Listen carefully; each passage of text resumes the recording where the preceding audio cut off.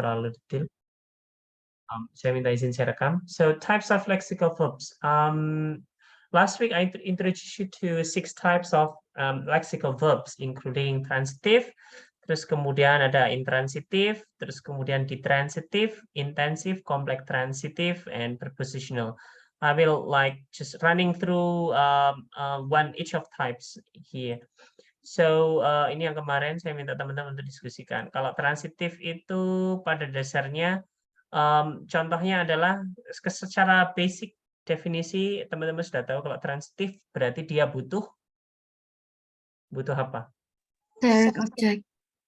Noun phrase, which can be direct object. Usually you call it direct object, objek yang direct karena cuma satu. Jadi yang jelas dia butuhnya noun phrase di situ. Seperti field dreads ini semuanya ini direct object. Field dreads I and so on tidak boleh karena dia bukan objek posisinya.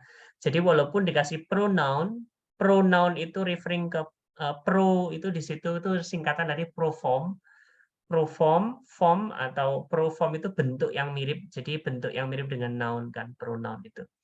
Pronounnya pun tidak boleh yang subjek, tapi harus yang objek semacam yang ini.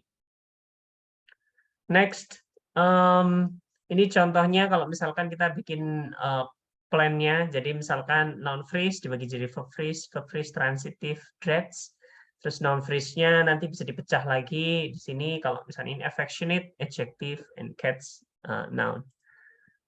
Ini yang transitif. Yang jenis kedua adalah intransitif. Sebaliknya berarti ada kata in-nya, berarti intransitif tidak butuh objek. So any verbs which do not require object in it, sleep, bersin dan macam-macam itu kan tidak butuh objek. You do not need to put it object. So this will be called intransitive, meaning that it doesn't need any complement. Jadi bagian belakangnya ini walaupun semuanya direct object and so on itu kita menyebutnya sebagai complement. Verb phrase itu terdiri dari verb plus complement. Terus yang bentuk ketiga ini agak jarang kita pelajari sebelum-sebelumnya di grammar, tapi ini akan muncul istilah ini akan sering muncul dan Anda perlu paham juga. Ditransitif, di referring dua, double.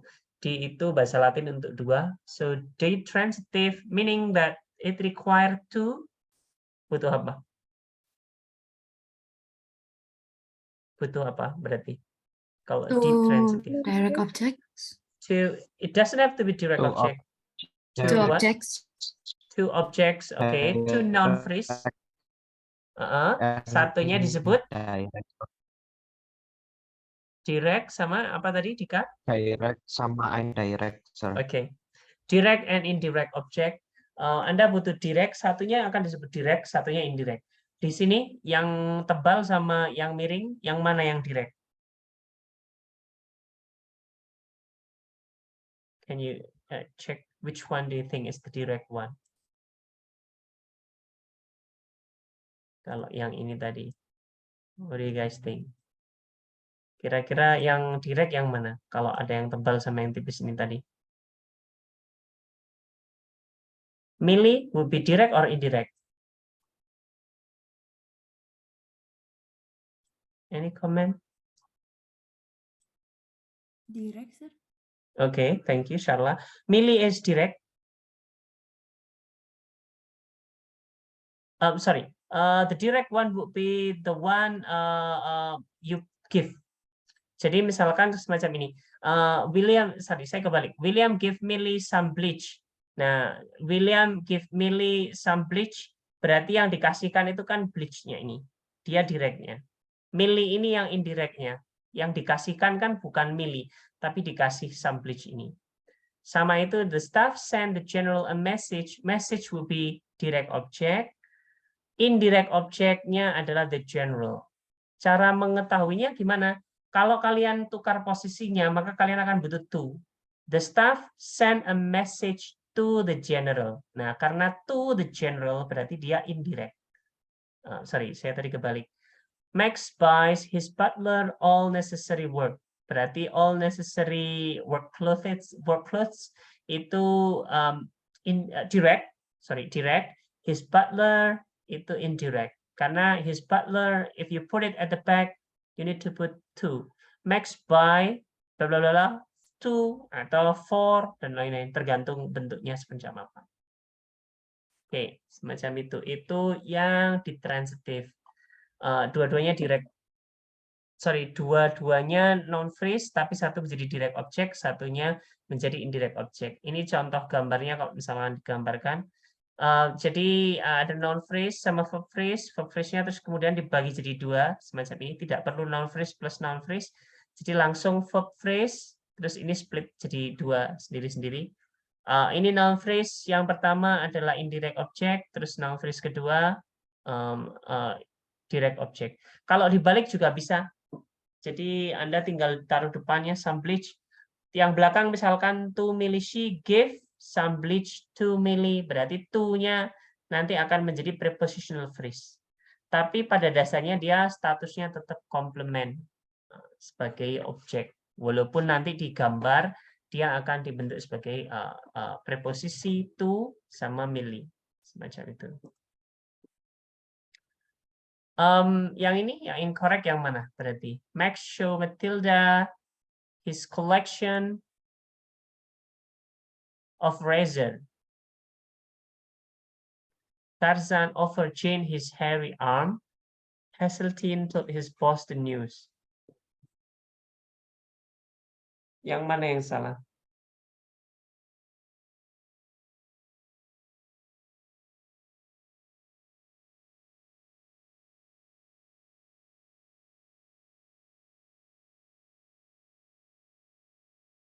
What do you guys think?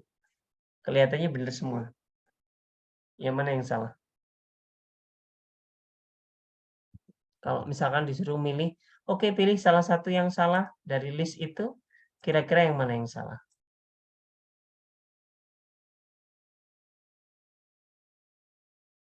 Any comment?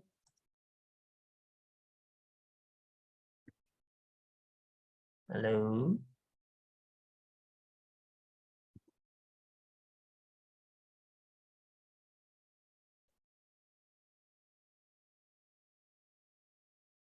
Jadi di bagian ini yang mungkin salah adalah bagian di mana kita membutuhkan satu yang tidak pas. Misalkan seperti Tarzan offer Jane his hairy arm. You cannot offer your hairy arm. Ini tak kasih dadaku atau tanganku, itu nggak cocok. Semacam itu. Offer di sini kurang pas verbnya. So, Max show Matilda his collection of razors would be fine. Hazeltine to his boss the news would be fine. Cuma itu saja yang mungkin secara makna dia tidak pas, salah. Mungkin diganti, verbnya harus diganti biar pas untuk keduanya ini. Misalkan itu check this one. William give some bleach to Millie. Nah, di sini kalau misalnya Anda balik posisinya berarti to Millie ini sebagai prepositional phrase. Tapi statusnya dia tetap statusnya fungsinya sebagai direct object, yang ini sebagai indirect object. Cuma kategorinya di sini berdasarkan kategori ininya dia prepositional phrase. Oke, berikutnya adalah intensif. Masih di transitif. Masih salah berarti ada yang loncat nih. Sorry. Ini intensif, ini salah tulis. Intensif. Sigmund was an auctioneer. Sigmund spot an auctioneer. Yang atas ini intensif, sementara yang bawah dia adalah model. Apa yang bawah? Ini komen. Yang bawah dia apa? Transitif, intransitif, ditransitif.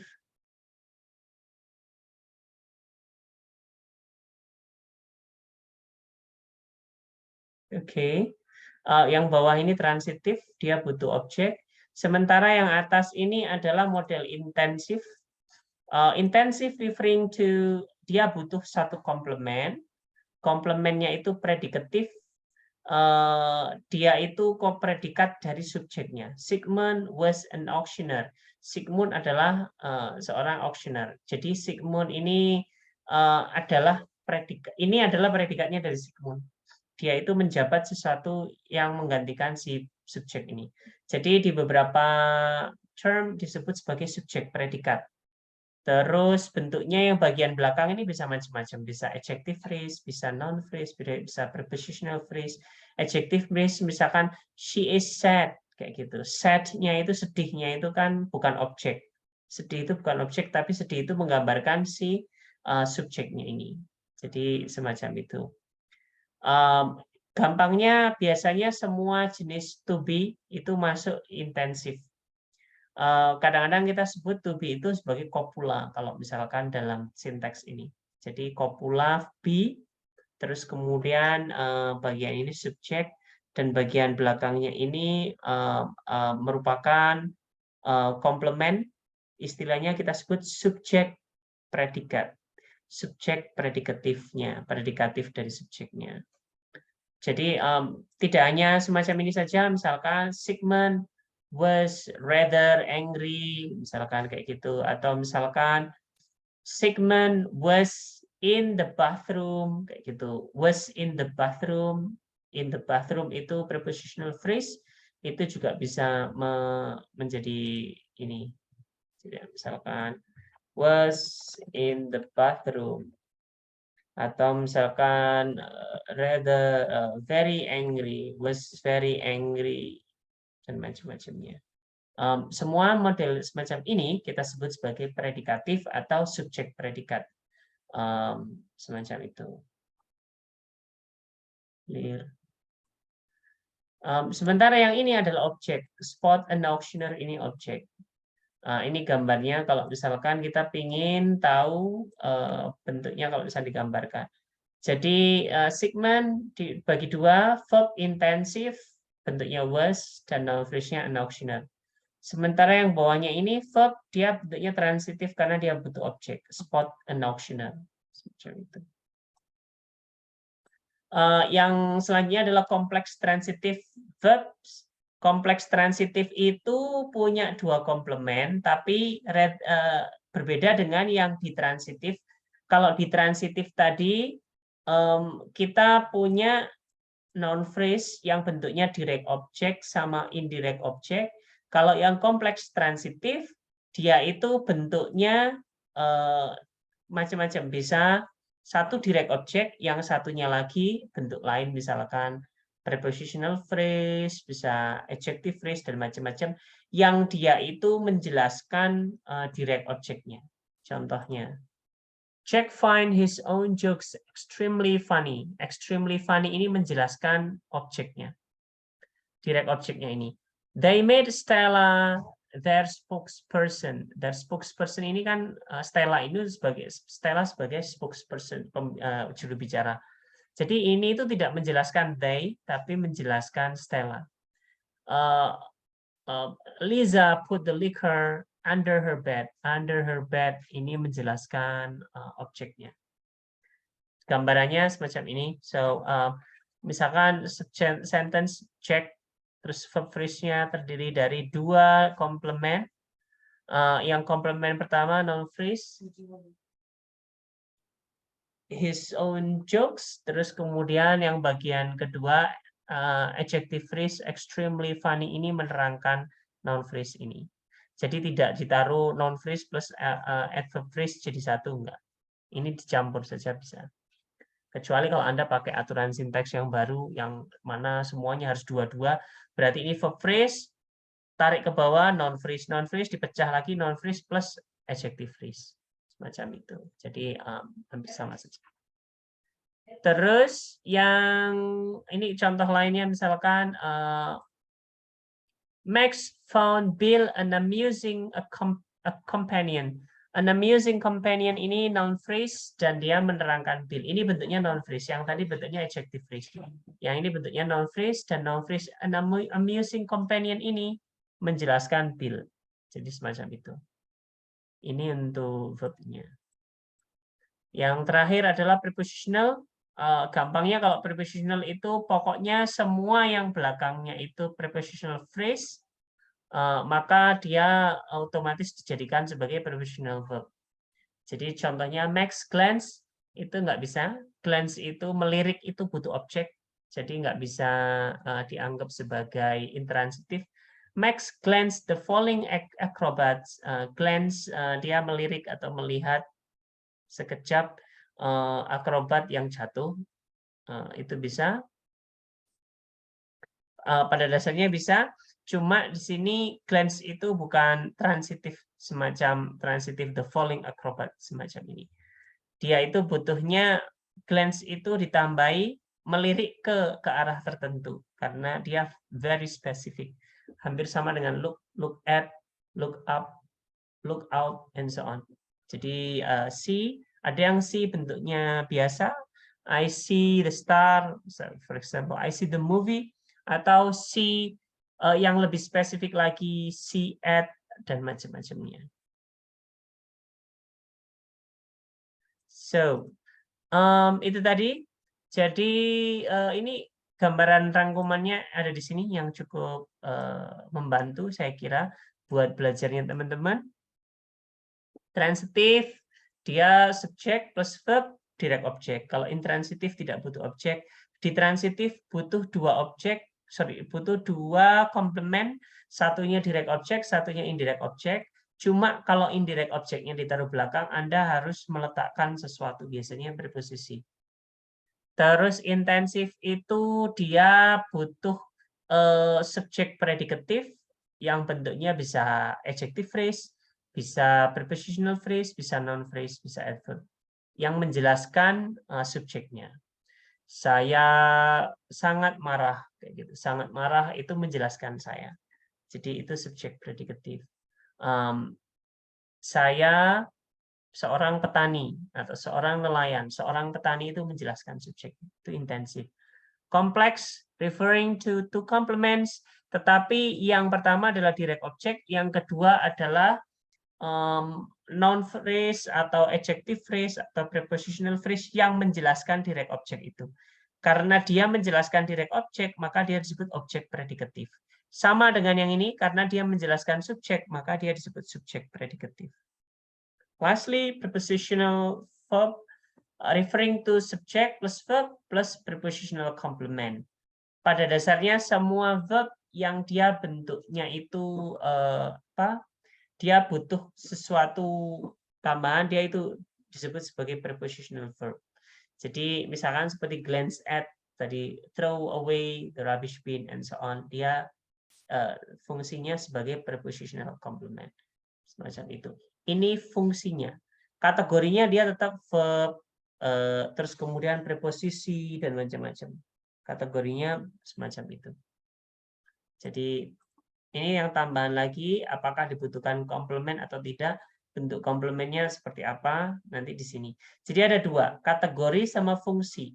Fungsi itu referring ke fungsi dari satu kata atau frase atau klausa yang lebih luas.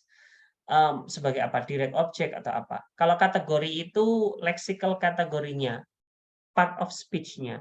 Dia menjadi apa? Menjadi adjektif, menjadi noun, menjadi preposisi, dan macam-macam. Sementara objek, subjek, dan macam-macam itu sebagai fungsi. Jadi harapannya teman-teman tidak bingung membedakan antara kategori dengan fungsi. Kategori itu referring ke part of speech. Berarti selainnya part of speech, maka dia menjadi fungsi.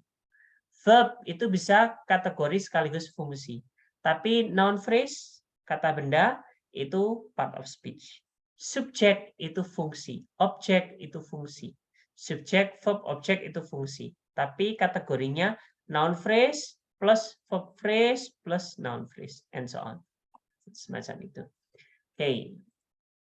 Nah, itu review singkat terkait yang kemarin. Terus kita akan diskusi terkait, ini kita masih ada waktu cukup untuk diskusi terkait chapter 5 ini. Tadi ada beberapa diskusi yang sepertinya tenang, terus ada juga diskusi yang sepertinya cukup meriah. Any question first regarding chapter 4 tadi sebelum kita lanjutkan ke chapter 5 ini? Silakan. Ada tak pertanyaan dulu terkait yang minggu lalu? Belum ada, Sir. Oke, good. Oke, baik. Kalau belum ada, kita coba diskusi yang terkait ini sebentar.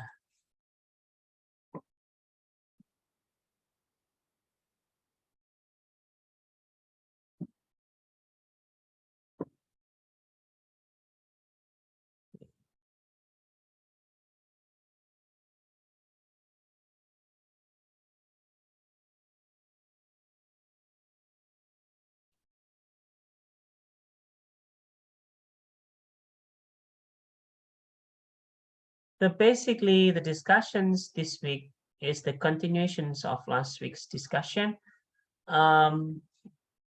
Ini cuma apa ya, basic adverbial pembagiannya kalau adverb seperti apa. Jadi sampai beberapa minggu ini kita masih cuma membagi-bagi kalau verb itu kayak gini, mengenali verb, terus mengenali adjective, adverb dan macam-macamnya. Pada dasarnya kalau misalnya Anda bikin skema-skema seperti rangkuman yang tadi akan memudahkan betul-betul. So do not worry too much. Syntax is easy. So as long as you understand. Oke, yang pertama VP adverbial, verb phrase adverbial. Tadi saya minta 2 orang untuk mendiskusikan. Sorry, sebelum kita lanjut lagi, masih ingat ya yang tadi ya perbedaannya. Jadi kalau verb phrase, bedanya kategori sama function, biar lebih mudah teman-teman tidak salah paham. Kalau function itu referring ke fungsi dari sesuatu dalam kalimat, misalnya sebagai subjek, sebagai verb, sebagai objek, sebagai komplement, keterangan. Semacam ini. Kalau kategori berarti referring ke part of speech, kata benda, kata kerja, kata sifat, kata keterangan adverb, terus preposition, dan lain-lainnya. Ini jenis yang lainnya ada banyak, masukkan artikel, determiner, dan lain-lainnya ada banyak. Interjection,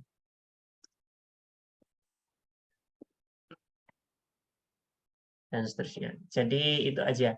Pokoknya kalau kategori itu yang basic part of speech-nya, kalau fungsi itu lebih ke overall, fungsinya sebagai apa dalam satu kalimat. Semacam itu. Ini yang untuk VP adverbials itu ada beberapa di sini terkait ini. Contohnya semacam ini. Kemarin tadi siapa aja yang di grup 1 tadi ya? Ai dengan Vian. Yes, sir. Yes, sir. Any additional comments on category and function atau VP adverbial? Silakan. Ada penjelasan tambahan?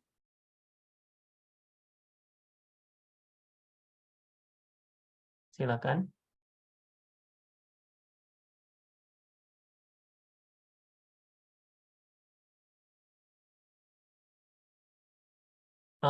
Kalau berkaitan ini, misalkan ini contohnya penjelasannya, ilustrasinya kalau kategori sama function itu seperti apa?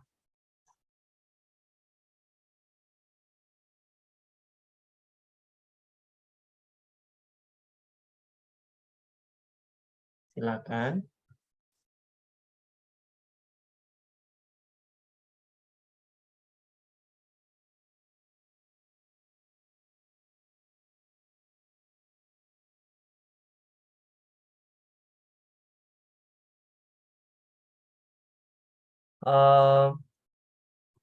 Jadi contohnya misalkan di situ adalah apa ya, antara adverbial dengan adverb. Jadi kalau adverbial itu referring ke fungsi, sementara kalau adverb itu referring ke part of speech-nya. Part of speech-nya dari satu itu apa?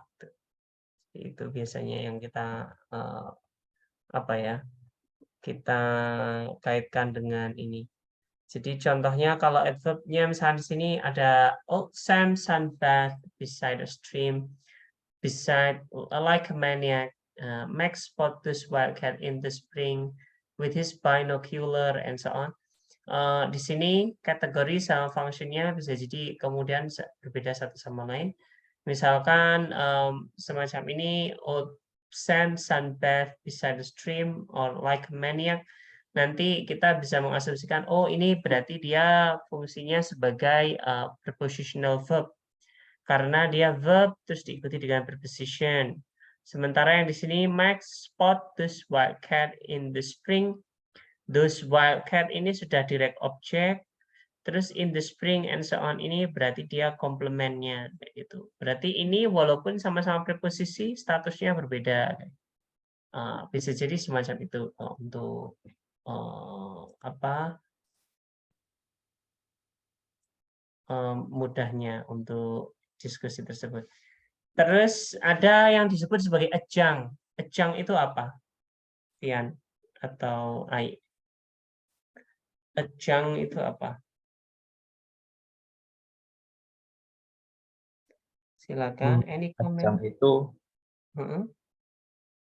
meskipun dia tidak ada di kalimat, kalimatnya itu tidak apa-apa. Jadi tidak berubah apapun. Betul. Contohnya ada yang bisa dicontohkan? Ada kalimat gitu? Contohnya, he arrived. Mm-mm. Kalau yang ada ejang adverbialnya, contohnya he arrived yesterday. Mm-mm. Jadi di sini yesterday-nya itu sebagai ejang adverbialnya. Sir. Betul. Dia sebagai keterangan. eh jadi dia nggak ada di situ pun tidak masalah karena ada arrive-nya itu sudah menunjukkan bentuk past. Jadi semacam itu. eh yang jelas jangan terlalu bingung dengan ini tadi yang kalau misalnya istilah tadi memang signifikan maknanya kemudian antara saya menyebut sebagai adverb sama adverbial kayak gitu. Adverb itu part of speech, sementara kalau misalnya kita menyebut sebagai adverbial itu istilahnya adverbial phrase. Phrase adverbial itu dia fungsi sebagai adverb semacam itu.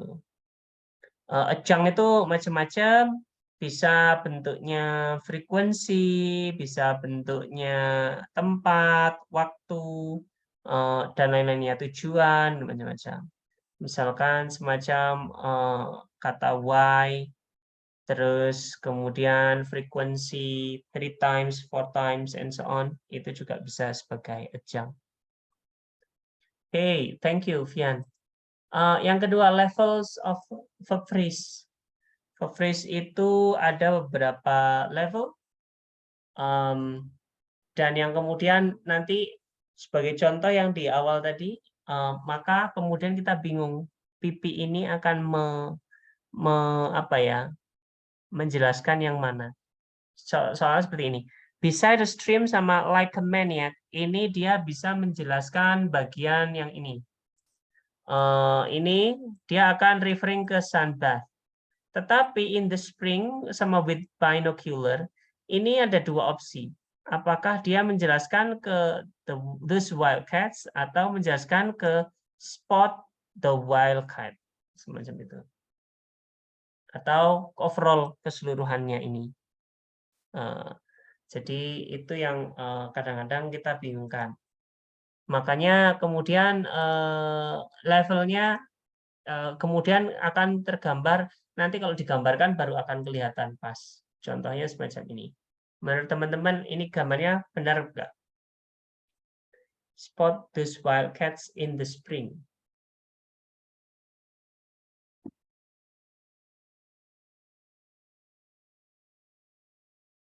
Kira-kira benar atau enggak? Tadi yang di grup 2, silakan. What do you guys think? Yang ini betul enggak gambar ini?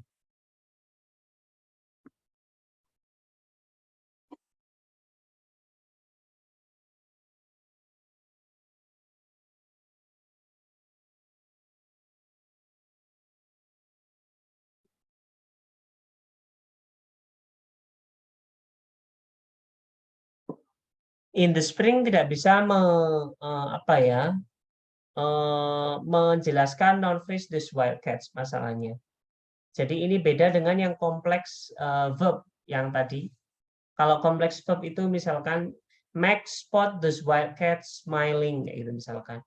Max melihat atau Max saw those wildcats smiling, misalkan. Max melihat those wildcats smiling. Nah, itu bisa. Max melihat bahwa saya tulis di sini. Max saw those wildcats smiling, kayak gitu. Nah, ini bisa smiling ini menjelaskan cats-nya. Jadi dia jelas, dia itu menjelaskan wildcats-nya. Tetapi in the spring ini tidak jelas. In the spring itu melihatnya, Max melihat those wilds in the spring, melihatnya yang diproses melihatnya ada di spring, atau hanya referring ke non-phrase-nya, these wildcats are in the spring, atau keseluruhannya tadi, spot those wildcats in the spring, and so on. Kalau tafsirannya teman-teman yang tadi di grup 2 gimana? Silakan.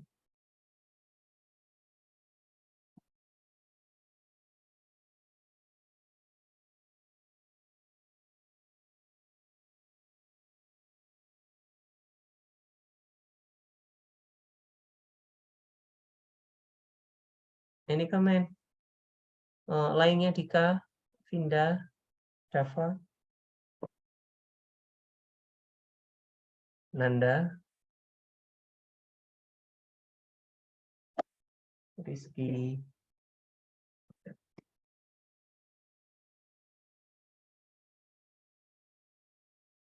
Carla, or Sasha. What do you guys think?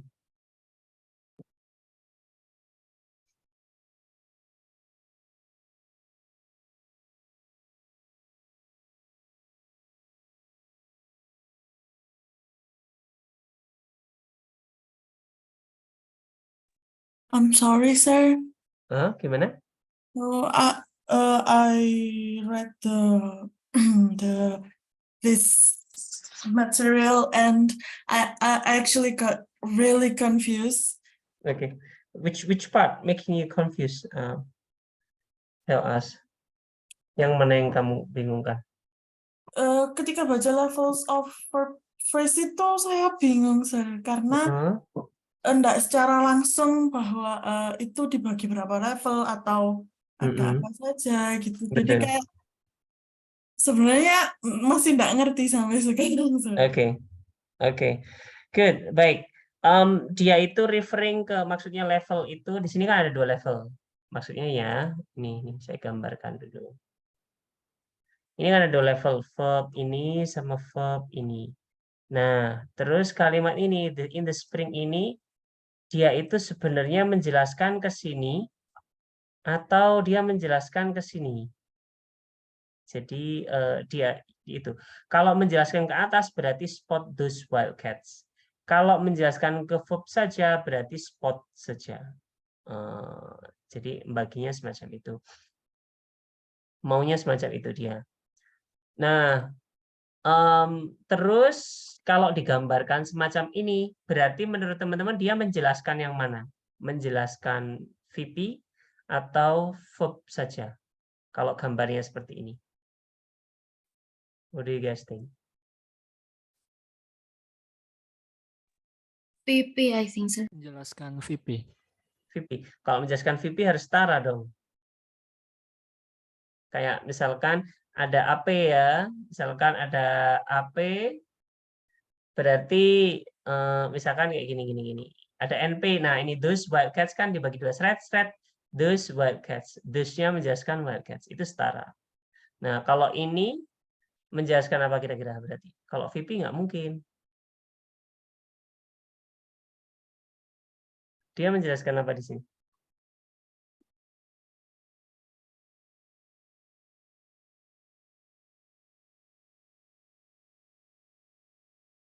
So basically dia di sini apa ya? Dia menjelaskan verb. Cuma dia pinginnya itu menjelaskan VP verb plus noun phrase. Cuma kalau digambar semacam ini tidak memungkinkan. Maka dari itu dia kemudian menawarkan gambar lain, misalkan semacam ini. Bisa jadi dia menjelaskannya in the spring itu menjelaskan VP, tetapi karena menjelaskan VP maka dia harus dibuat setara semacam ini. Jadi PP ini in the spring, prepositional phrase in the spring itu menjelaskan ini VP spot those wildcats kayak gitu. Jadi ini yang lebih mudah untuk dipahami. Menurut dia, menurut si penulisnya semacam itu. Sebentar, saya cari listrik dulu.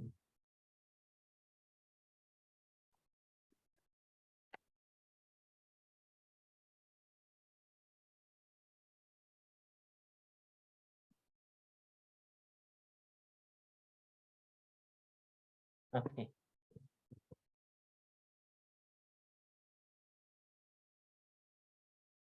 Rizky, thank you. Tidak bisa menjelaskan NP untuk gambar ini karena kalau menjelaskan NP dia harusnya di bawah setara dengan NP-nya. Jadi V dibagi, kalau misalkan menjelaskan NP maka harusnya gambarnya berarti gini. VP consists of thread, terus di sini VP, terus di sini NP. NP consists of PP yang ini tadi dan NP yang ini. Semacam itu harusnya. Pada status itu berarti dia statusnya dia hanya yang bisa menjelaskan NP itu bentuknya kompleks verb. Jadi yang mungkin itu kompleks verb saja. Sebentar saya angkat telepon sebentar.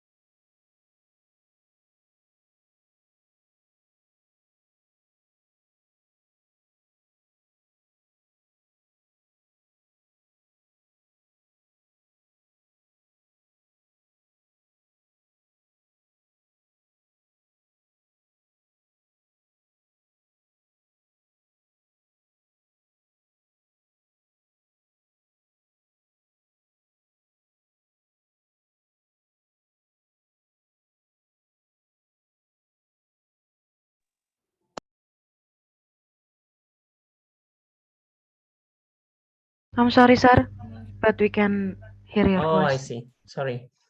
Thank you. Oke, jadi notes-nya yang jelas ini tadi. Kalau mau dimaknai sebagai apa, caranya cuma melihat saja. Kalau misalkan dia itu di referring ke verb phrase yang bagian atas yang ini tadi, menjelaskan VP ke atas VP, maka dia ini menjadi adjunct adverbial yang bisa dibuang. Tapi kalau misalkan dia itu ditaruh di bawahnya dengan V yang di bagian bawah, semacam yang ini tadi, dia disetarakan dengan ini, maka dia menjadi komplement. Padahal dia tidak bisa menjadi komplement di sini. Jadi karena apa biasanya komplementnya itu di sini non phrase, bentuknya those wildcats, di sini itu harus menjelaskan ini kalau adanya itu. Atau bentuk lain, direct object atau indirect object, tapi dia kan bukan direct object atau bukan indirect object. Jadi tidak bisa ditaruh dengan verb ini. Jadi solusinya ya dia harus ditaruh dengan VP ini. Makanya opsinya semacam ini gambarnya. Max, terus verb phrase dibagi dua, verb phrase plus PP, dipisahkan dulu PP-nya dengan verb phrase-nya. Terus setelah itu verb phrase-nya baru khusus verb dengan noun phrase. Yang ini dikeluarkan di bagian luar. Semacam itu. Contoh lainnya ini, Bevis manned his car in the garage. Sama Bevis put his car in the garage. Kayak gitu. Menurut teman-teman, yang ini kenapa kok benar dan ini kenapa kok beda? Kira-kira ada alasan nggak? Kenapa kok beda antara yang atas dengan yang bawah?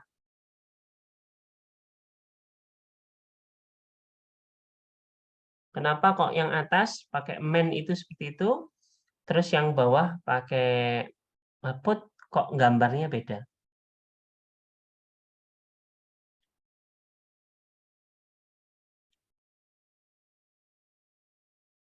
Any idea?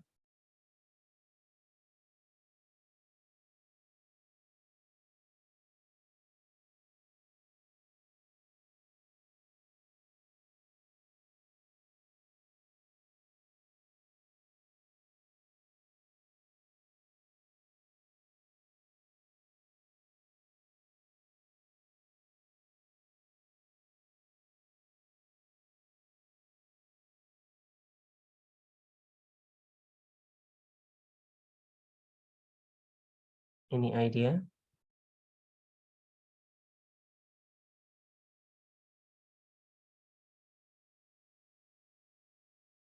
Oke, so yang bagian atas dia gambarannya kasarnya seperti ini. Sorry, it's confusing sir because when I read the paragraph it's just grammatical and grammatical. Ya betul. Kenapa kok ini grammatical and ungrammatical? Kaitannya di bawahnya nanti kalau misalnya ditambah. Misalkan di bawahnya misalkan Bevis manned his car in the garage and bla bla bla did so in the garden. Nah, itu baru grammatical and grammatical. Tapi yang bagian atas ini kalau misalkan gambar cuma kalimatnya cuma ini aja. Bevis manned his car in the garage sama Bevis put his car in the garage. Kenapa kemudian kok bisa beda gambarnya? Have a look at this one. Bagian ini bentuk verbnya. Tidak semua verb akan di-treat sama. Contohnya verb manned itu dia butuh objek. Man his car. Makanya karena butuh objek, karena kalian pisahkan verb phrase dengan noun phrase disendirikan, terus ini. Nah, kalau yang ini, put ini, dia tidak langsung butuh objek. Dia bukan transitive verb. Karena banyak, misalkan put on, put in, put out, kayak gitu. Nah, ini put in, put his car in, kayak gitu misalkan. Kamu nggak bisa bilang, misalkan, I put my car, kayak gitu. Nah, itu kan nggak bisa. Tapi kamu butuh I put my car in biasanya, put in kamu taruh di put out atau put lainnya kayak gitu. Jadi semacam itu. Seperti put on the clothes kayak misalkan ya. I put on this nice clothes kayak gitu misalkan. Saya mengenakan ini. Kamu nggak bisa I put ini kayak gitu nggak bisa. Nah ini in-nya ini apa ya? Dia ini yang kemudian mempengaruhi di bagian ini. Jadi karena dia bentuknya kompleks semacam ini, dia put ini tidak membutuhkan cursor secara langsung. Makanya bisa dijadikan satu semacam ini. Itu gambarannya dari si penulisnya. Contohnya next mobility-nya misalkan ini tambahan lain. Kalau yang di grup 3 kita skim through singkat saja, tidak usah terlalu mendalam. Nanti agak bingung kalau terlalu banyak contohnya. Kita ngikuti konsisten dengan bukunya dulu, biar kalian tidak terlalu bingung dengan penggambarannya, karena mengikuti deskripsinya di buku. Contohnya kalau misalnya ini mobility, position very surreptitiously ini bisa ditaruh di beberapa posisi. Terus kemudian opsinya adalah misalkan very surreptitiously ditaruh depan, di antara subjek dengan verb, terus kemudian setelahnya objek, terus di bagian akhir. Menurut kalian posisi mana yang kira-kira secara bahasa tidak gramatikal? Coba dikira-kirakan. Ada nggak yang tidak gramatikal? Atau semuanya gramatikal? Yang word yang di depan, Sir. Yang mana yang apa itu yang di depan? Yang 28. Itu yang tidak gramatikal atau yang gramatikal? Ungrammatical, kayak aneh gitu, Sir. Agak aneh. Oke, thank you, Vinda. Very surreptitiously she put it under the bed. Oke. Oke, ada lagi opsi lain? Ada pilihan lain? Silakan. Bebas saja, tidak usah terlalu takut-takut. Sinteks itu santai saja, salah tidak apa-apa. So do not worry too much. It's nothing serious. Nggak ada yang serius, karena cuma kita main-main dengan kata aja, kalimat. Jadi nggak usah takut-takut. So, any other comment or similar comment? Setuju nggak? I think yang grammatical cuma yang 31. Yang grammatical nomor 31. Oke, Nanda nomor 31.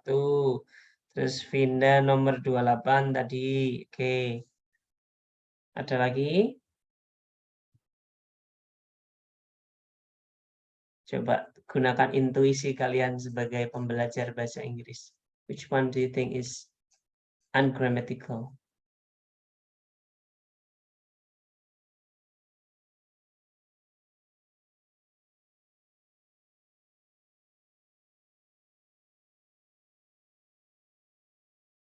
Menurut saya nomor 29 juga ungrammatical, Sir.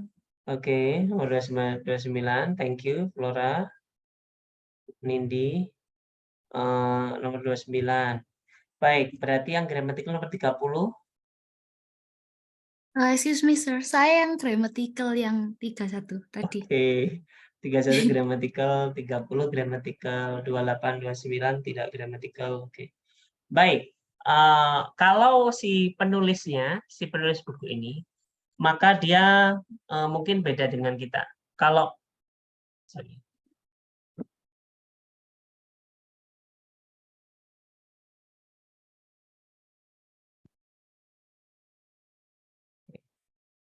saya pribadi, mungkin yang akan saya gunakan, yang mungkin sering saya gunakan, yang ini, yang nomor 31, nomor 29. Mungkin saya akan memilih dua ini, karena dia very surreptitiously ini adverb ya. Biasanya saya menggunakan adverb sebelumnya verb, seperti nomor 29. She very surreptitiously put it under the bed. Atau di bagian belakang. She put it under the bed very surreptitiously. Bagian belakang sendiri, semacam ini. Tetapi menurut penulisnya, maka nomor 29 betul, 31 betul. Nomor 30 betul, nomor 28 betul. Jadi keempatnya ini betul semua menurut si penulis. Yang tidak betul adalah kalau kalian taruh ini she put very surreptitiously it under the bed. Yang tidak boleh itu jika kalian taruh very surreptitiously itu antara verb dengan objeknya. Ini yang nggak boleh. Jadi lainnya itu betul, cuma itu aja yang menurut dia tidak boleh. Jadi semacam itu. Dan ini mobilitasnya, maksudnya konsep mobility-nya itu adalah adverb itu bisa ditaruh di mana aja, kecuali itu tadi. Jangan ditaruh setelah verb dengan objek. Misalkan semacam kita kasih contoh lain, misalkan kata I love you very much. Mungkin. Terus I love very much you. I very much love you. Posisinya cuma ini aja. Very much I love you.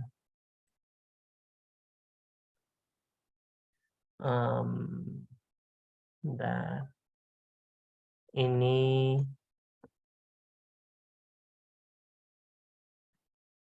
ini saya taruh paling awal. Very much-nya ini very much di belakang, ini very much di antara verb dengan objek, ini very much di antara subjek dengan verb, dan ini very much di depan. Nah, semacam ini. Menurut si penulis ini, maka keempat ini ada yang grammatical dan ada yang tidak grammatical. Yang tidak grammatical tentunya yang ini, I love very much you. Karena kalau ada di sini, maka pressure-nya adalah very much ini harus menjadi kata sifat dari you ini. Very much you itu. Sementara tiga yang lainnya betul. I love you very much, I very much love you, very much I love you. Semuanya itu. Walaupun very much I love you ini tidak begitu umum kita gunakan, kecuali dalam bentuk fiksi mungkin. Karena kalau fiksi itu kan the form would be very exquisite. Sangat lincah, formnya itu sangat indah, jadi bergantung bagaimana modelnya, semacam itu. Tapi kalau menurut grammar itu tadi tidak boleh, yang tidak boleh adalah di antara verb dengan objeknya. Iya punya kayak aja.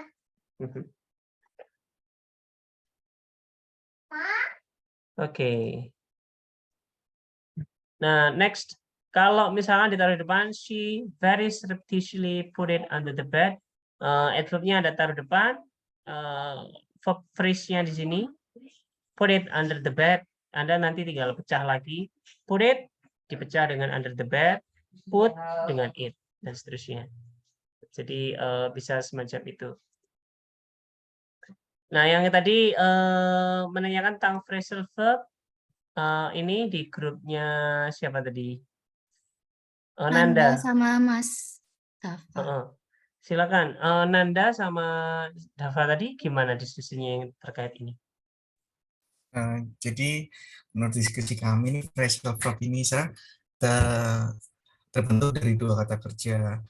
Dia juga bisa ditambahkan dengan preposition, misalnya take out, terus dine in, dan phrasal verb ini bisa ditaruh di depan atau juga di belakang. Misalnya he called up the boss, bisa juga he called the boss up. Seperti itu, sir. Betul. Oke, setuju. Jadi ada dua bentuk yang mirip semacam ini, tapi salah satunya ini merupakan phrasal verb. Phrasal verb itu beda dengan verb phrase. Biar Anda nggak bingung. Kalau sebentar saya tulis. Kalau phrasal verb ini berarti ada dua verb plus satu bagian partikel. Kalau verb phrase VP ini adalah semua komponen, entah itu V saja atau V plus NP dan seterusnya, atau V plus AP, V plus PP dan seterusnya. Nah, semacam itu. Nah, dua bagian ini ada yang salah satu merupakan phrasal verb dan ada yang satunya bukan phrasal verb. Yang mana yang phrasal verb, teman-teman? Yang mana dari ini yang phrasal verb? Rizky, what do you think? Rizky, Sharla, Sasha. Yang mana yang phrasal verb kira-kira?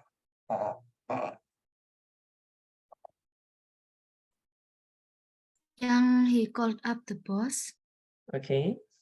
Alasannya kenapa itu yang menjadi phrasal verb?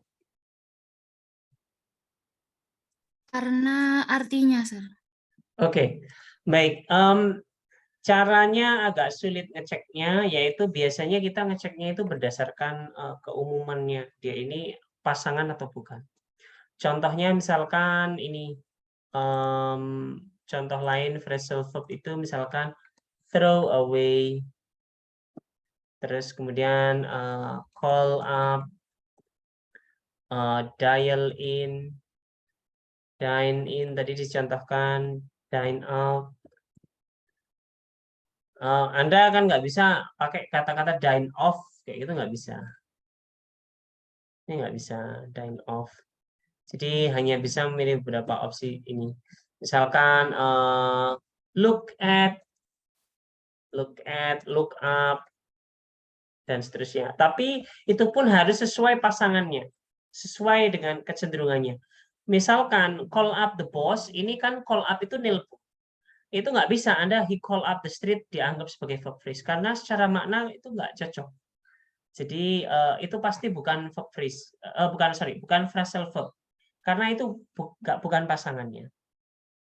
Nah, kalau yang pasangannya harus sesuai. Misalkan put on the clothes kayak gitu. I put on the clothes. Tadi kan ada put the car in the garage. Put on the garage itu nggak bisa. Atau I put on my mobile atau I put on my car itu nggak bisa. Saya mengenakan mobil saya nggak bisa. Itu harus sesuai pasangannya, sudah ada kecenderungannya. Nah, kemudian yaitu selanjutnya adalah bahwasanya nanti ini caranya juga sedikit berbeda. Maka call up the boss itu kalau dia itu phrasal verb, maka dia di verb-nya dijadikan satu, baru dipisah dengan non phrase-nya. Beda dengan misalkan he call up the street. Call up the street ini dia itu maknanya sedikit berbeda. Jadi call up di sini tidak nelpon, tapi misalkan dia nanya arah call up the street, kayak gitu beda. Nah, semacam itu. Kelebihannya, bukan kelebihannya. Ininya susunannya, untuk susunannya sendiri ini bisa berbeda tergantung bentuknya. Kalau ini partikel ini boleh ditaruh di awal sebelum the boss atau misalkan ditaruh setelahnya the boss. Jadi he called the boss up. Pokoknya kalau bisa ditaruh di belakang dan di depan berarti dia termasuk phrasal verb.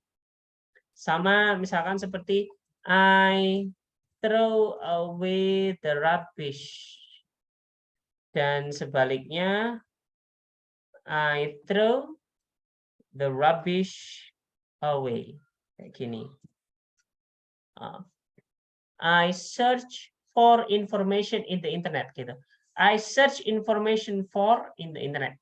Boleh karena sudah pasangannya spesifik. Search for information. Search information for. I search for your house. I search for your address. I search your address for. Kayak gitu. Itu bisa. Tapi kalau misalkan bukan pasangannya, dan you need to skip it. You cannot skip it. Semacam itu. Ini contohnya kalau misalkan ditaruh di depan dan ditaruh di belakang. Jadi kalau ditaruh di belakang, cara menggambarkannya verb phrase-nya berarti dibagi verb, terus noun phrase, dan di bagian belakang ada partikelnya. Sementara kalau misalkan ditaruh di depan, berarti jadikan satu verb, atau nanti dipecah lagi verbnya, verb phrase-nya ini, verb dan partikelnya. Semacam itu cara menggambarnya. Yang selanjutnya adalah elipsis, yang terakhir. William give some bleach to Millie. William give Millie some bleach. William give some bleach, and so on. William give Millie some bleach kayak gitu. Misalkan dia nyebut beberapa kali Millie. William give Millie some bleach. Makanya bagian selanjutnya Anda bisa skip itu misalkan. Misalkan di sini kalimatnya dibuat misalkan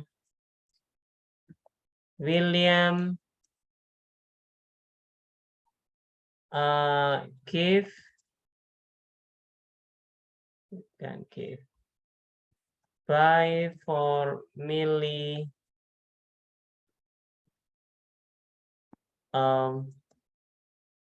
apa ya, durian.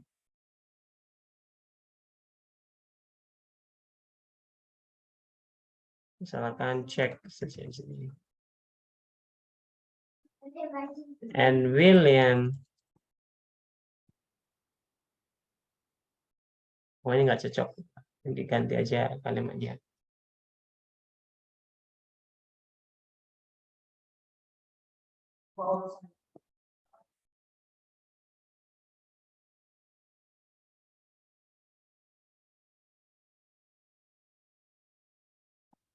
Misalnya semacam ini kalimat aslinya. Maka di bagian ini ada elipsis. Di bagian sini ada elipsis yang kita gambarkan sebagai E ini. Karena di bagian ini dihilangkan milinya biar nggak mengulang-ulang. Ini percakapan kalau misalkan dalam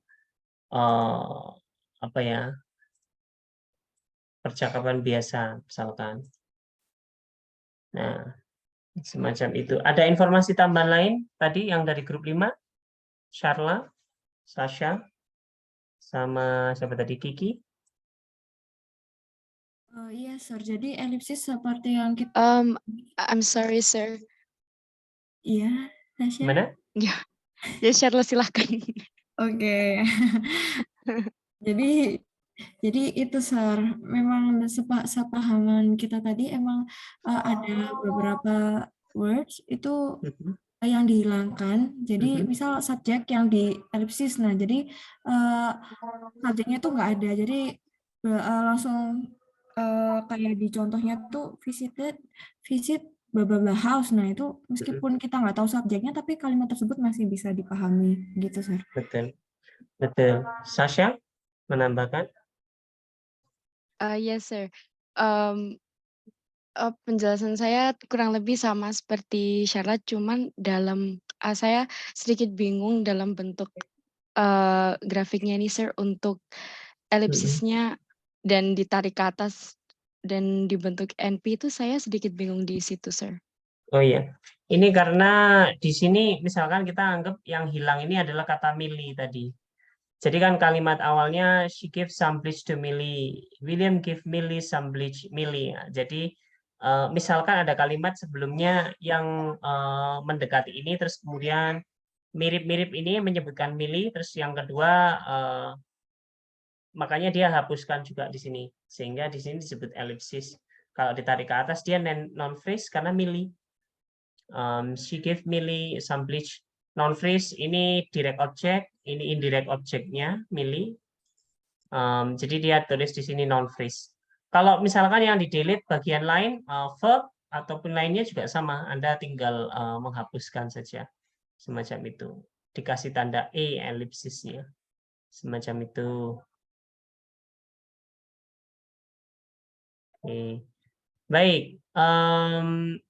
Itu secara umum yang untuk yang kelima, yang terakhir sentence adverbial itu untuk menunjukkan saja bahwasanya di sini ada lihat teman-teman Buster admitted everything frankly. Buster admitted everything frankly. Bagian kedua ini yang 51B, 52B, sama 53B ini dianggap sebagai kalimat terpisah. Ini mungkin gambarannya kalau misalkan dalam novel dan macam-macam. Jadi kalimatnya tidak benar-benar formal. Makanya kalau misalnya terpisah ini, maka Anda bagi split jadi 2. Kalau misalkan dianggap sebagai sesuatu yang terpisah. Kalau misalkan dia dianggap sebagai adverb sendiri, adverb yang menjadi 1 harusnya dia tidak kasih koma. Cuman karena dikasih koma, mungkin dia dianggap sebagai terpisah. Jika case-nya dianggap sebagai 1, frankly seperti yang 51A, Buster admitted everything frankly, Anda tinggal dibagi sentence-nya sebagai noun phrase sama verb phrase. Verb phrase-nya itu terdiri dari admitted everything. Admitted nanti dipecah lagi jadi verb sama everything-nya noun phrase. Adverb phrase-nya adalah frankly ini. Jadi ini kalau 51A.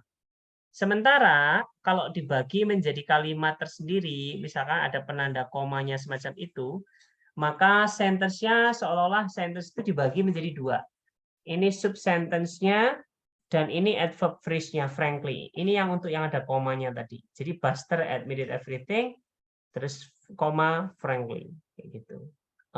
Tanda baca tentunya tidak masuk dalam penggambaran semacam ini. Jadi semacam itu. Ini contoh lainnya. In short, you are fired. Gitu. Ini kan sebenarnya kalau orang ngomong itu kan ada jedanya. In short, you are fired. Kayak gitu. Untuk menggambarkan kalimatnya itu tidak bisa digambarkan in short you are fired, tapi dikasih seolah-olah bagian terpisah. In short, prepositional phrase, terus sentence berikutnya terdiri dari you are fired. You are fired dipisah lagi nanti you sama are fired. Are fired-nya dipisah menjadi are fired. Kayak gitu. To be copula, fired-nya verb 3 tadi. You have no clothes on for a start. Kayak gitu. Hampir sama. For a start-nya dipecah di 2. Seterusnya. That's all. Thank you. Ini tadi untuk teori kita. Nah, ini kita masih ada sedikit waktu. Saya ingin kita praktis dulu. Sembari kemarin saya memang memberi teman-teman latihan untuk menggambar pakai aplikasi, pakai Mailchimp itu. Jadi saya akan kirim linknya juga di sini, biar Anda lebih mudah mengaksesnya. I'm not sure if you can access it via phone. But try to do it. Hopefully you can do that. Sebentar, saya. Oke, msheng.ca miring sin3. Nah, saya ingin kalian coba aktivitas yang minggu kemarin. Kemarin kan saya minta kalian mengerjakan 5 kalimat. Coba salah satu saja. Jadi yang minggu kemarin, sebentar, saya screen share lagi.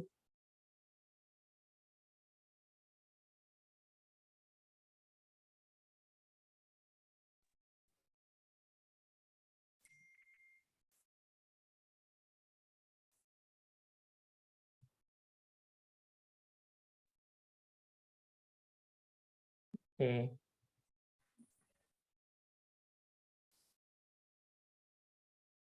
Jadi saya akan buka msheng dan demonstrate a little bit. Oke,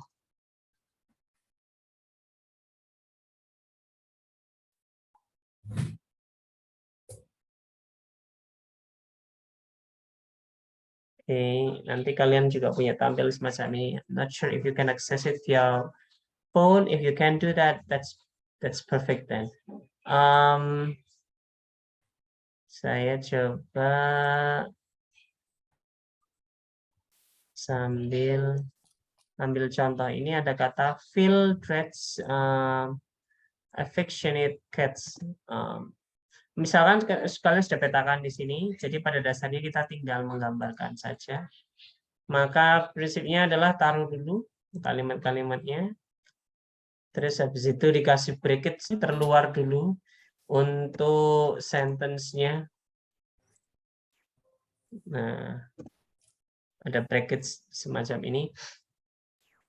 Nah, terus kita ingin membagi 2, subjeknya terdiri dari noun phrase sama phrase. Berarti noun phrase-nya ini Phil, NP, dikasih space. Kalau udah dikasih space, otomatis jatuh ke bawahnya.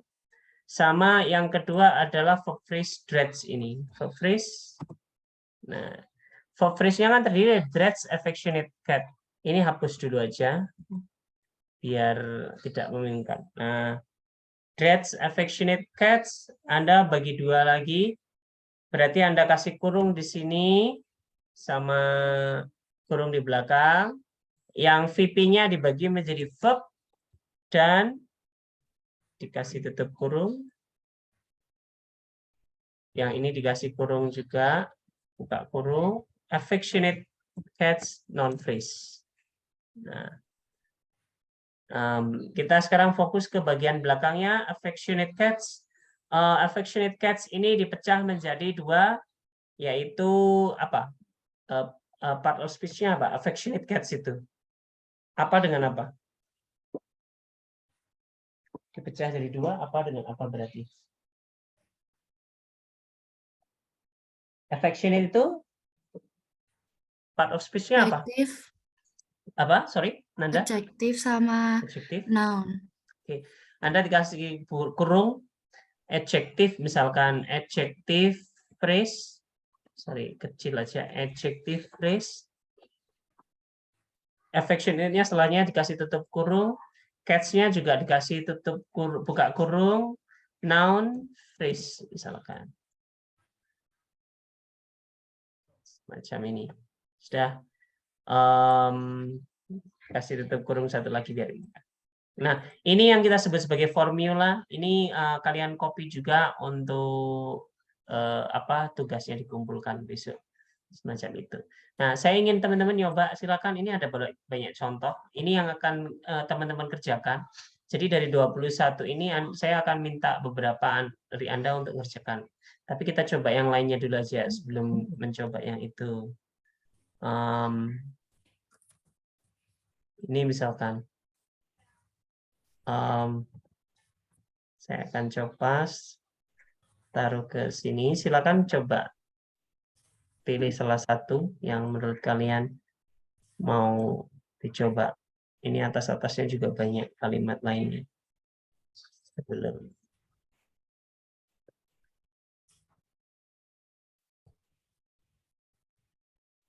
Coba pilih salah satu, terus kemudian buat, terus kemudian kalau ada, saya ingin Anda tunjukkan formulanya, silakan ditaruh di chat. Nanti saya copas formulanya untuk dicoba di structure di sini. Jadi asal saya punya ininya, saya copy. Nanti misalkan saya refresh lagi ini. Nanti asal saya copas di sini nanti akan balik otomatis. Jadi yang terpenting ini formulanya ini. Asal Anda hafal formulanya atau punya, jadi Anda bisa lebih mudah. Silakan dicoba dulu. Let me know if you have any problem with it. I want you to try this because this is easy, a very easy one. Mungkin di sini nggak ada option beberapa sangat minim, tapi minimal kalau misalkan kalian ingin ngasih nambah sesuatu, bahasa lain pun juga sama. Misalkan Anda punya simbol kayak gitu, misalkan, for example, symbols yang bisa Anda copas-copas. Saya belum pernah nyoba kalau yang simbol terlalu aneh. Mungkin coba misalkan simbol semacam ini, copy, terus kemudian saya letakkan di sini. Oke, dia bisa beberapa simbol yang common simbol, mungkin dia bisa. Misalkan, clear. Saya coba simbol yang lain. Misalkan yang simbol semacam ini. Oke, asalkan dia bisa muncul di sini berarti dia bisa. So generally it is easy to use. And kalaupun kalian mau menganalisis bahasa lainnya, misalkan bahasa Cina, Jepang dan lain-lainnya, mungkin asal copyable teksnya mungkin bisa dicopas di sini. Termasuk bahasa Jawa, bahasa lainnya. Oke, silakan.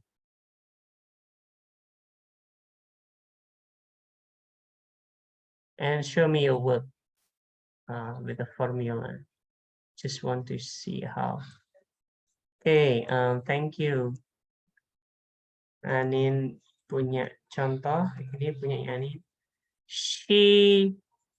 He applied for a gun license. Applied for a gun license. Apply for ini kayaknya apply for ini jadi satu.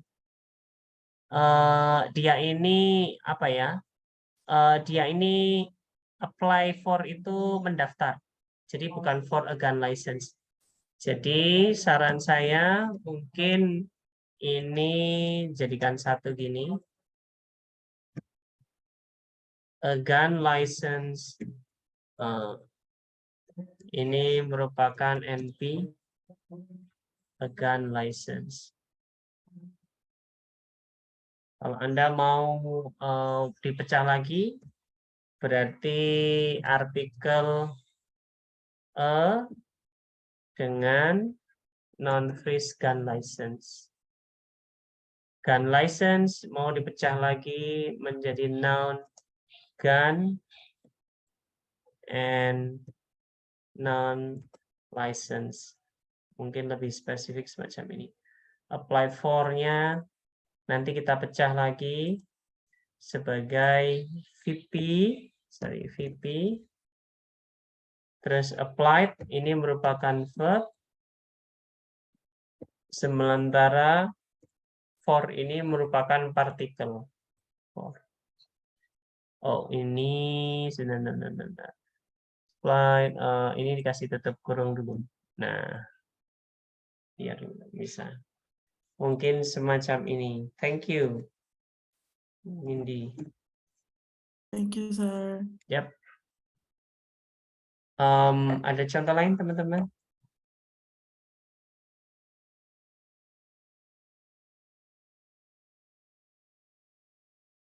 Silakan. Nindi, did you try it using phone or laptop? I use laptop, sir. Okay. So we didn't know yet whether it can be used in the phone. Ini punya Anda misalkan the local gallery. Okay. Let's use article rather than determiner. Article the local gallery lends us the material. Okay. Karena di sini kamu pakai do, sebaiknya di sini juga salah satunya juga io atau do. Cuman kalau misalkan lebih mudah mungkin pakai NP juga saja biar setara. Lend us the material gitu. Oke.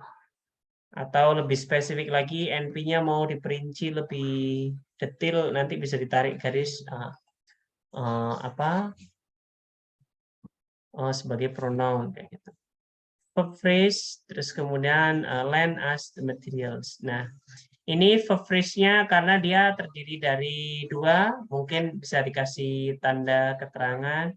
Verb phrase-nya berupa verb ditransitif verb, misalkan semacam itu. Thank you, sir. Yep, thank you, Nanda. Jika Richard promised me his spaghetti machine. Berarti me and his spaghetti machine ini harus jadi satu. His spaghetti machine itu bukan prepositional phrase. Jadi mungkin kita coba ya semacam ini ya. Promise me his spaghetti machine. Me dikasih tutup kurung. Yang ini NP juga. His. Misalkan dihapus dulu. His spaghetti machine. Ini jadikan satu. Terus. Richard promised me his spaghetti machine. Oke. Yang di bagian ini kamu bisa kasih tanda semacam ini. Langsung di-include sebagai satu marker. Atau kalau mau dipecah lebih detail juga bisa, berarti lebih detail lagi pronunciation is, terus kemudian non-freeze spaghetti machine. Non-freeze ini terdiri dari noun, spaghetti, sama noun machine. Macam ini. Alright, sir. Thank you, sir. Yep, thank you, Dika. Okay. This is what actually I want you to do for last week assignments. Jadi itu yang saya minta teman-teman untuk lakukan untuk minggu lalu. Deadline-nya Senin besok, hari Minggu malam. Kalau misalnya bisa jangan terlambat. Yang saya ingin teman-teman lakukan untuk memetakan dulu yang 21 itu dimapkan biasa. Ini dia termasuk apa, direct object atau apa dan sebagainya. Terus habis itu pilih 5 saja untuk sekedar latihan singkat saja. Nah, nanti untuk tugas akhirnya, proyek akhir kita, nanti teman-teman akan saya minta untuk menganalisis satu puisi. Puisi itu nanti merupakan surface structure. Terus saya ingin Anda edit ulang biar kita tahu bagaimana deep structure-nya. Setelah itu baru Anda gambarkan puisi itu menjadi bentuk semacam ini. Jadi nanti saya akan minta teman-teman untuk menggambarkan dari sini. Sebentar, saya siapkan dulu untuk penugasannya. Okay, any other question atau any other example? Silakan kalau ada example lain.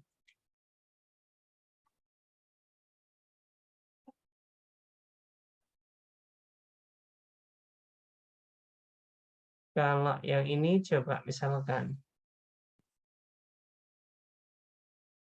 a bucket of cold water revive that particular patient. A bucket of cold water. How do you write a bucket of cold water?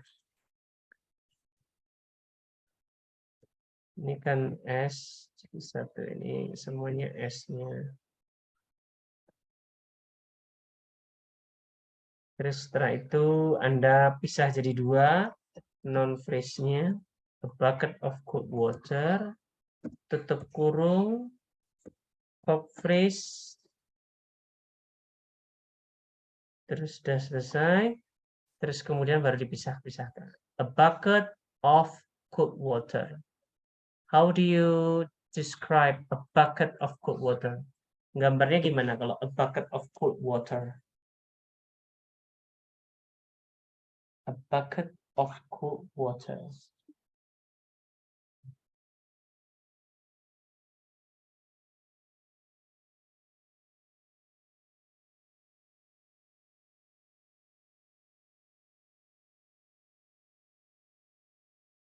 Silakan.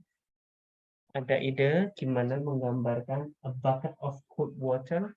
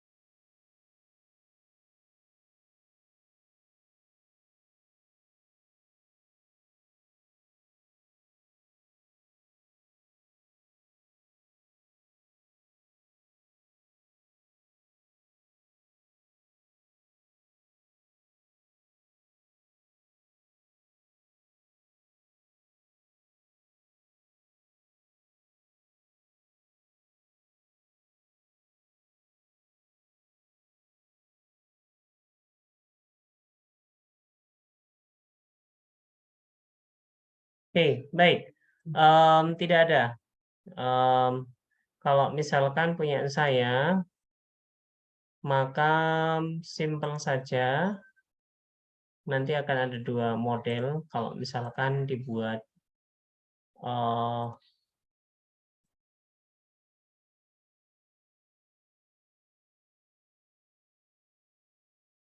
Anda bisa misalkan bagi 3 dulu, NP a bucket, terus of sama cold water, Kalau semacam ini dikasih tambahan lagi biar terpisah. Ini yang paling umum.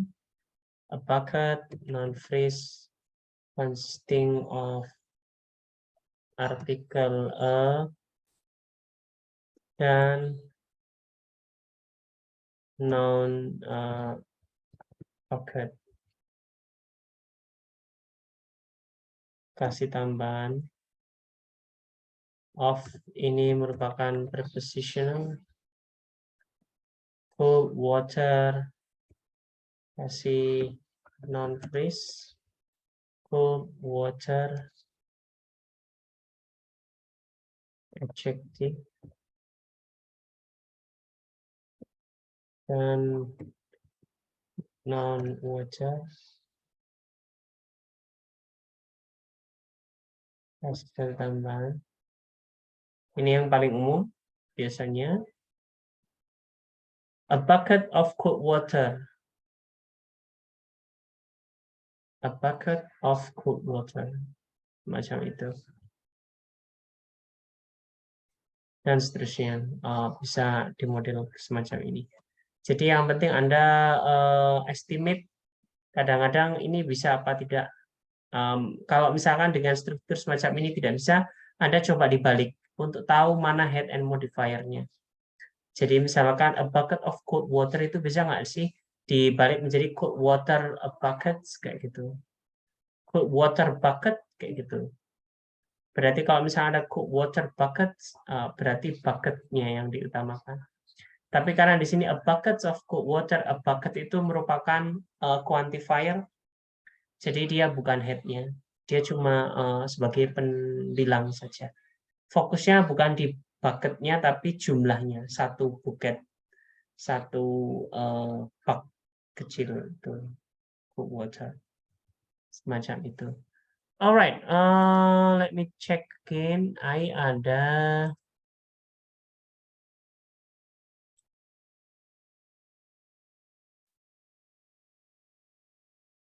tidak ada. Ian ada.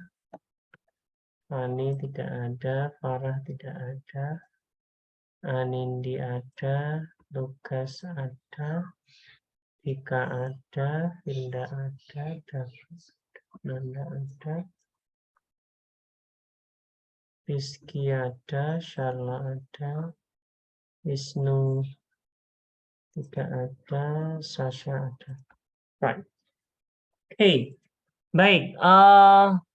Berikutnya untuk minggu ini tidak ada PR, tapi saya ingin Anda berlatih exercise ringan dengan menggambar syntax tree generator dan memanfaatkan syntax tree generator ini.